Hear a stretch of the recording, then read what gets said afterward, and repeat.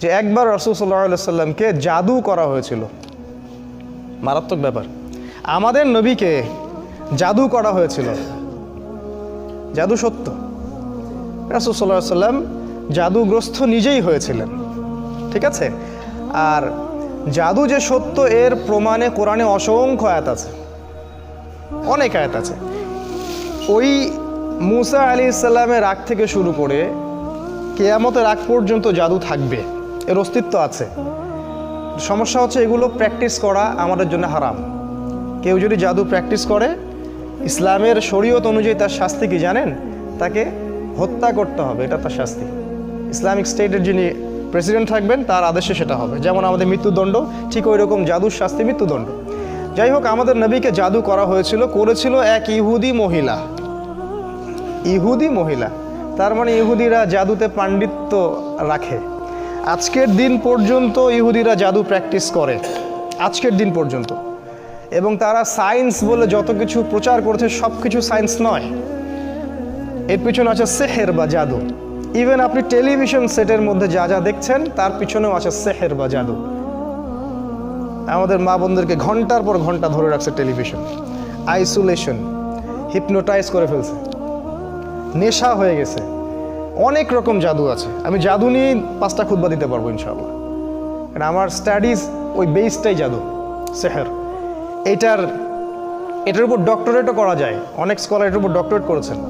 আমি যেটা বলছিলাম যে রাসূল সাল্লাল্লাহু আলাইহি সাল্লামকে জাদুগ্রস্ত করা হয়েছিল, একজন ইহুদি মহিলা জাদু করেছিলেন তার মাথার চুল দিয়ে।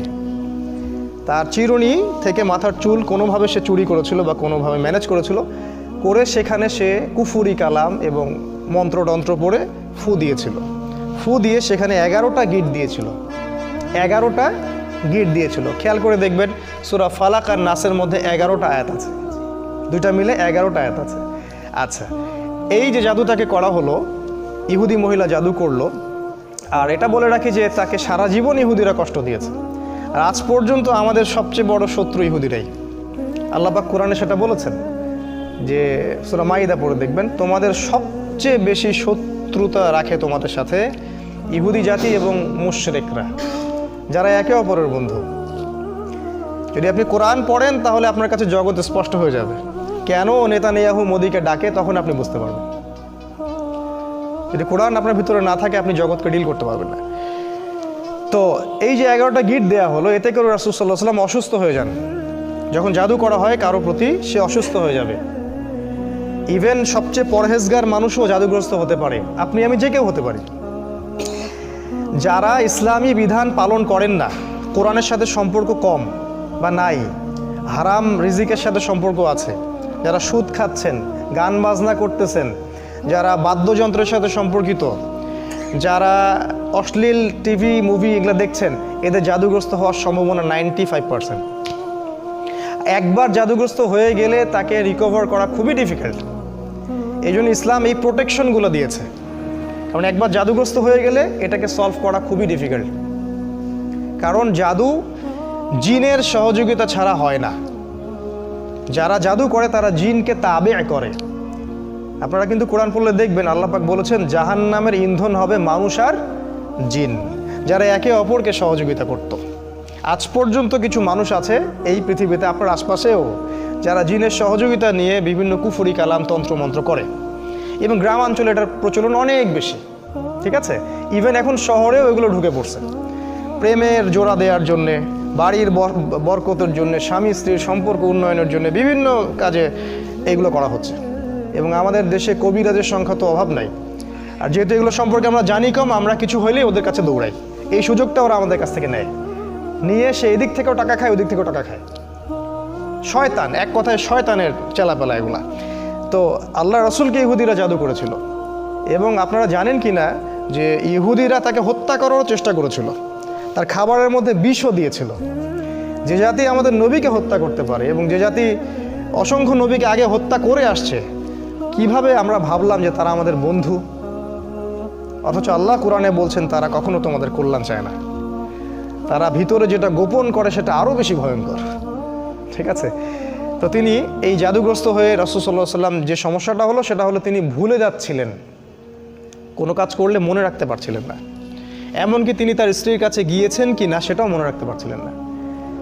তো জাদুগ্রস্ত হলে খুব খারাপ অবস্থা হয়। এই জন্য আমার রিকোয়েস্ট থাকবে যে আপনারা অনতিবিলম্বে কোরআন, সুন্নাহ, সহি, জিকির, আজগার, দোয়া, কালাম এগুলো শিখে নেবেন এবং সকাল সন্ধ্যা এগুলো প্র্যাকটিস করবেন। তখন ইনশাআল্লাহ কোনো জিন বা কোনো জাদুকর আপনার কোনো ক্ষতি করতে পারবে না। তো এই যে সমস্যাটা রাসূল সাল্লাল্লাহু আলাইহি ওয়াসাল্লামের হলো, এরপরে একদিন তিনি শুয়ে আছেন আর আল্লাহর পক্ষ থেকে দুইজন ফেরেশতা তার কাছে আসলেন। এসে তারা একে অপরের সাথে কথোপকথন করছেন আর এই কথোপকথনটা রাসূলকে জানিয়ে দেওয়া হচ্ছে। একজন ফেরেশতা আরেকজন ফেরেশতাকে বলছেন এই ব্যক্তির কি হয়েছে। ওই ফেরেশতা জবাব দিচ্ছেন যে তাকে জাদু করা হয়েছে। আবার ইনি বলছেন কে জাদু করেছে, মানে কথোপকথনের মাধ্যমে তাকে মেসেজ দেওয়া হচ্ছে। উনি বলছেন যে অমুক মহিলা জাদু করেছে। তিনি বলছেন জাদু কি দিয়ে করা হয়েছে। উনি বলছেন জাদু চুল দিয়ে করা হয়েছে। ইনি বলছেন জাদু উপকরণ কোথায় আছে। উনি বলছেন জাদুর উপকরণ অমুক কুয়ার নিচে আছে, অমুক কুয়ার নিচে আছে। এবার তিনি মেসেজ পাইলেন যে জাদুর উপকরণ আসলে কোথায় আছে। এই মেসেজ তো আর আমরা পাবো না কেউ জাদুগ্রস্ত হয়ে গেলে, তখন জিনকে সামনে হাজির করায় কথা বলতে হয়, তারপরে সে উপকরণ বলে দেয়। এই ট্রিটমেন্টটা খুবই ভয়ঙ্কর, আপনারা যদি দেখে থাকেন তাহলে দেখবেন ভয় পেয়ে যাবেন। যাই হোক, তো রাসূল সাল্লাল্লাহু আলাইহি ওয়াসাল্লামকে মেসেজ দেওয়া হলো যে জাদুর উপকরণ ওই কূপের নিচে আছে। তিনি সকালবেলা উঠলেন এবং উঠে আলী রাদিয়াল্লাহু আনহুকে বললেন, আলী রাদিয়াল্লাহু আনহু, যে আলী ওই কূপের নিচে জাদুর উপকরণ আছে, ওকে ধ্বংস করে আসুন। এই একমাত্র সাহাবী যার জীবনী পড়লে আমাদের ঈর্ষা হয়। শুরু থেকে যখন তার বয়স 6-7 তখন থেকে ইসলামের পাশে তিনি দাঁড়িয়ে আছেন। আর এই সাহাবীকেও মানুষ হত্যা করেছে, আলী রাদিয়াল্লাহু আনহুকেও মানুষ হত্যা করেছে। এবং যে হত্যা করেছে সে বলেছিল যে আল্লাহর শুকরিয়া যে আল্লাহ আমার হাতে সবচেয়ে নিকৃষ্ট মানুষকে হত্যা করালেন। তাহলে এই যে আমরা একটা সমাজে কথা শুনি না যে লোকটা দোষ না করলে কি আর এমনি জেলে আছে, ঠিক না কথাটা। ভালো মানুষকেই এইভাবে মরতে হয়েছে, শুধু তাকে নয়, উসমান রাদিয়াল্লাহু আনহুকে শাহাদাত বরণ করতে হয়েছে, ইভেন আমাদের রাসূলকে বিষ প্রয়োগ করা হয়েছে, অনেক নবীকে হত্যা করা হয়েছে। যাই হোক, তার জীবনীটা পড়লে দেখবেন যে তিনি শুরু থেকে ইসলামের পাশে একদম পাথরের মতো, পাহাড়ের মতো। তো উনি গেলেন, গিয়ে ওই উপকরণটাকে ধ্বংস করলেন এবং রাসূল সাল্লাল্লাহু আলাইহি ওয়াসাল্লাম কাছে এসে অনুমতি চাচ্ছেন যে ইয়া রাসূলুল্লাহ, আমাকে অনুমতি দেন যে আপনাকে জাদু করেছে ওকে আমরা গর্দান উড়িয়ে দিব, গর্দান উড়িয়ে দিব। এবং সাথে উমর রাদিয়াল্লাহু আনহু ছিলেন, কারণ তো বিশাল অপরাধ। ইসলামিক স্টেটের যিনি ডিপার্টমেন্ট প্রেসিডেন্ট, তাকে আপনি জাদু করেছেন। এখন তো ইসলামিক স্টেটের বা একটা দেশের কাউকে যদি সামান্য একটা ওয়ার্ডও বলা হয় তাহলে তো তার অবস্থা খারাপ।